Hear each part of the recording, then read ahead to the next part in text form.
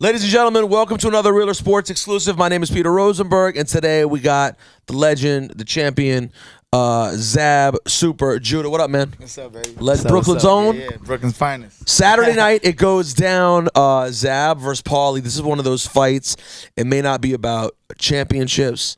Excuse me. Well, sorry, there's there's two titles involved. Which titles are involved? You got the NABF and one or other. I think the NABL. Well, exactly. Speaking of my point, it's not the most. But what it does is that this fight allows you to be #1 for the WBC, which is Adrian Broner's belt. So the winner of this fight will be #1 for the Broner's belt. So this is a very prestigious fight. So it's a chess piece. So this is a chess piece. So first of all, but a big part of it, at least from the fans' perspective, is obviously about Brooklyn, right? Yeah. I mean, this is in Brooklyn. Yeah. We now have a true boxing venue in Brooklyn, and two of the biggest names out of Brooklyn in the last 20 years. I mean, you might be the biggest fighter out of Brooklyn since Mike Tyson and Riddick Bowe. Paulie's had a great career too the last decade or so. So I imagine a fight like this, you know, you have to take it pretty seriously pride-wise and in terms of wanting to be that real champion from Brooklyn. Well, you know what? #1, this is a blessing for Brooklyn. I mean, we get an opportunity.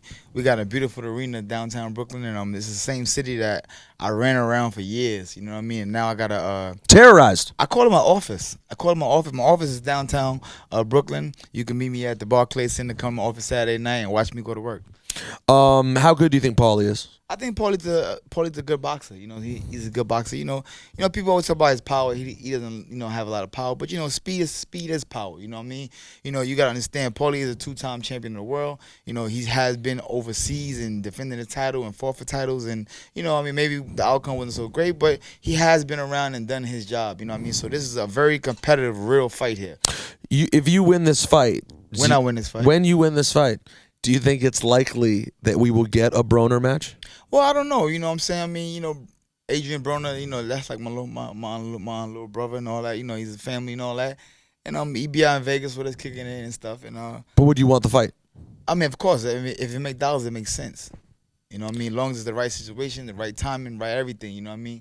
Why not? It's a great opportunity. I mean, we picked this job. Nobody told us to do this. This is what we choose to do. You know what I mean? So you know that when you're in a sport like this, you might got to tangle with the best, baby. It's okay. And you think that at this stage, you think you could still have a legitimate chance at knocking out Adrian Broner? Well, you know what? We're not gonna make this about Adrian Broner because that's something that's down the road. I'm not getting past Paulie. Yeah. I do like to talk. I don't even know if we're gonna even fight Broner. I mean, that's not even. You know what I'm saying? Something. Well, I guess I just don't understand. Wouldn't the goal always be to go bigger and bigger? Yeah, to still get back to a championship. But that's next. I mean, one thing about life, you got to also look forward to what you're doing right now. Don't look and this past. is a big fight, and it's Saturday night, and I love the energy that we're gonna have. You got crazy. You got a black dude from Brooklyn, Italian dude from Brooklyn. We're gonna have energy in the building.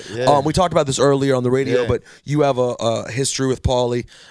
First of all, what do you think of Paulie's job that he's doing on TV? What do you think? I think he's a better commentator than fighter, and I pretty much love him, like him as a commentator. You know what I'm saying? So what I'm gonna try to do Saturday night is make his job permanent. I'm gonna try to retire him from boxing. No disrespect to the brother. I'm retiring from boxing because he has a job.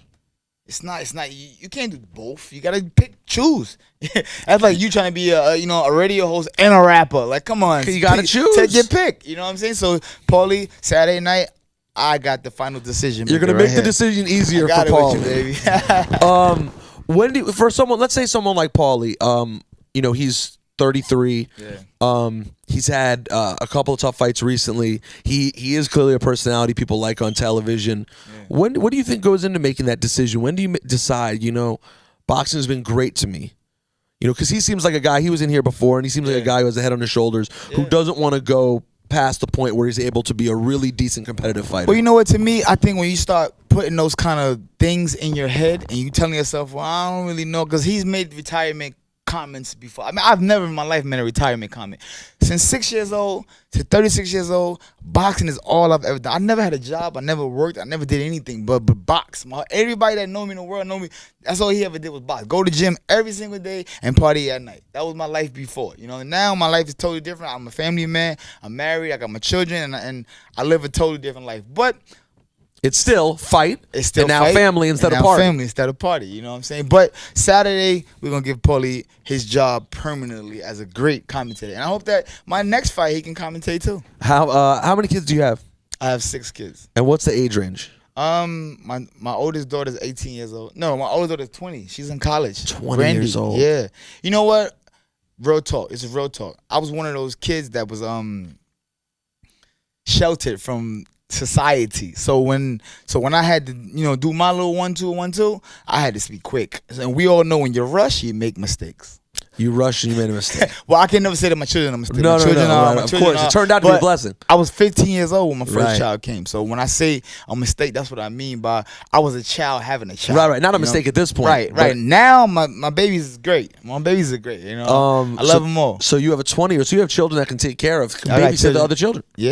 Yeah. My kids is good, man. We So travel the was world, we Brandy have fun. around when you were wild? Like, did she have memories of when you were Well, still she a lives in North wild? Carolina though. She wasn't around it all the time. She heard about her dad. She got little stories about her dad, but she don't really got the full Let's mumbo jumbo. keeping in that theme. I think that you are a real New York legend, and I think you're someone I've always enjoyed watching. Like I was a huge Tyson fan, so like knowing your lineage, and Mike would always be at your fights, and seeing that always made me just like passionate about you as a fighter. But you had moments where people in the boxing world, I guess, had questions about you, and that's why I think your story has kind of also become a redemption story, which has been pretty cool. Yeah. Now that you're older, a bit wiser, what are there any moments that you look back on and go, you know what, if there's one thing that happened in your boxing career that you could have back, is there one that you would do again? No, I wouldn't change nothing. 18 years strong in this boxing game. I mean, you don't know a lot of fighters that got a career like that. Bernard Hopkins, Floyd Mayweather, Zab Judah. I mean, Sugar Shane Mosley. I mean, you don't know fighters that got longevity, history, and still can't. Saturday night, I'm the headliner. I'm not. It's called Judah versus Malignaggi. It's not Malignaggi versus Judah.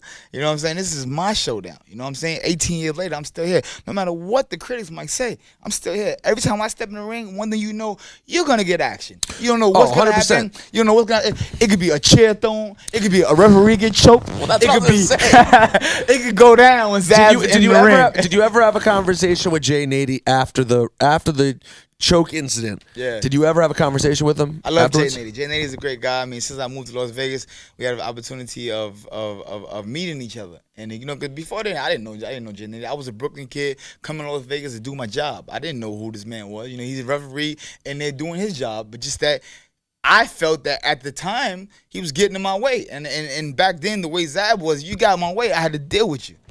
I know. That was a my bad. Listen, from a Brooklyn guy, that's as good an apology as you're ever going to get. Sorry. That's a good my bad. My bad. So again, it goes down this Saturday. You have any of your Brooklyn friends and celebrities that you expect to be ringside come on Saturday night? Yeah, I mean, we got everybody. I mean, first and foremost, the whole SJP team will be there, Super Judah Promotion. So when you see these black and yellow hats everywhere, it says SJP on them, you're like, what is that? Super Judah Promotion. And are you guys promoting this fight as well? Yes, we are promoting this fight with Golden Boy, and we having a great time. And, you know what I'm saying? And when I say promotions, we do it all: music, boxing, whatever, you name it, entertainment. This is what we do. So does that mean you and Oscar are now good? Me and Oscar good. Me and Oscar never had a problem. This is what I'm saying. That day seemed crazy though. Because you gotta understand, the Brooklyn came out of me. You disrespected me and put me in a situation. You said they put you in a cage, and I gotta check you. Hold up, bro. You don't do me like that. Like, so what happened? Well, what happened was I got to the arena. They told me to be there early, so I got there early. And when I came in, they rushed me through this back door saying, "Oh, Danny's over there. You can't go over there." So you gotta. So I'm like, "All right, cool." They take us downstairs. We like in the basement down there, and we got no food, no water. It's hot down there. This is a non-business day. You know what I mean? So there's no staff down there. There's no nothing. And we sitting down there for like 3 hours. And I'm like, yo, what's up? And then finally, somebody texted me like, we watching the press conference on Ustream right now. And where you at, Zab? And I'm like, the press conference? He said, yeah, Danny's talking right now. Danny's talking. And I just bust out of there and went crazy. Security was like, yo, please don't. I said, my man, let me tell you something. Take 3 steps back and 1 step to the left, because I'm out of here, my man. So you and Oscars, because that day, you were going to Oscar. You were hot when you got up there. You could tell you were hot. Steaming. Yeah. Because I only expressed him Oscar, because then right after that we left. So when I got in the car, I'm going on the street. Somebody said, "Yo, look at Twitter." Oscar made a comment like, "Oh, Zab's chickened out and left the building." chickened out. Ooh, me? No, bro, you got me twisted. So, but you guys made it cool after and that. we made a U-turn. We came back, and that's when I went right there. I was like, yo, Oscar, don't do that. Don't pass judgment on somebody when you don't know what's really going on. You know what I'm saying? And he understood that. You know what I'm saying? Later on, we had an opportunity to talk, but like I said, there is no problems and no beef, no disloyalty. Matter of fact, right after that fight, after the Danny Garcia, my performance, we signed a deal with Golden Boy. Wow. And that's crazy. No, that is, and you said something earlier. You've never talked about retirement. Never. Also, 36 is not as old in this game as it once was. Veteran. It's a veteran. Yeah. But you still definitely have a few years. And what else is out there? We don't want to look past Paulie. I know it's a huge fight, but is there anything else out there that you love the idea of? Well, right now I'm having a great kick out of this promotion things. You know what I'm saying? Super Judah Promotions.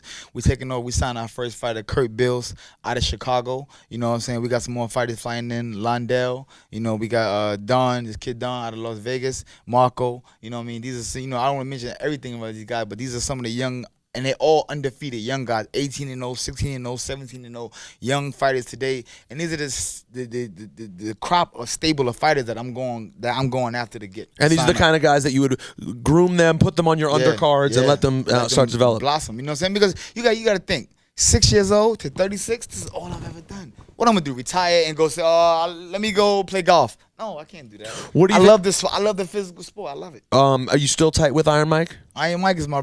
I spoke to Mike yesterday. You know what I'm saying? And I've seen him recently. It seems like he's in. You know, he's been in great spirits. Phenomenal guy. He's really. You got to be proud of how he's grown over the last several years too. Phenomenal.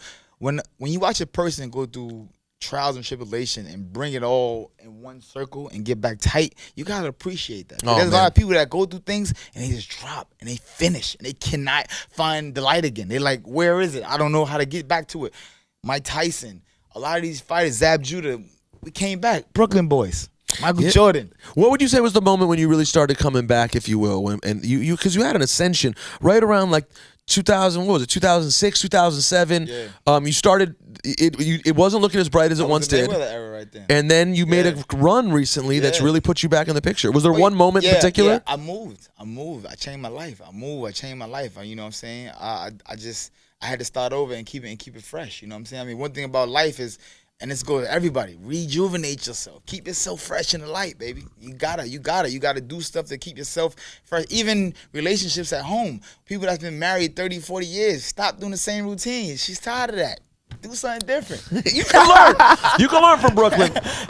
Ladies and gentlemen, his name is Zab Judah. You can check him out this Saturday night at the Barclays in Brooklyn against Paul Malignaggi. Good luck. Thank you. And go get a win, and we'll see you back here soon. I'm back. You know what it is. Zab Judah. Thanks, bro.